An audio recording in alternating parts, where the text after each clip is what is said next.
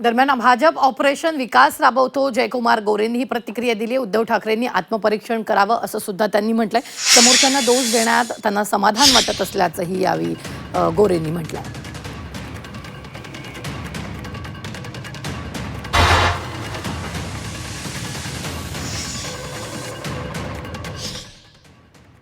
आत्मपरीक्षण केलं पाहिजे की 6 खासदार किंवा एवढ्या मोठ्या संख्येने आमदार आपल्याला सोडून का जात आहेत, का गेले, याचं आत्मपरीक्षण केलं पाहिजे.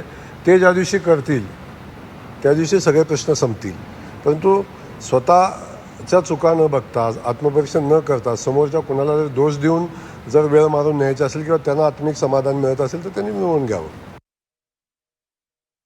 आत्मपरीक्षण केलं पाहिजे की 6 खासदार किंवा एवढ्या मोठ्या संख्येने आमदार आपल्याला सोडून का जात आहेत, का गेले, याचं आत्मपरीक्षण केलं पाहिजे.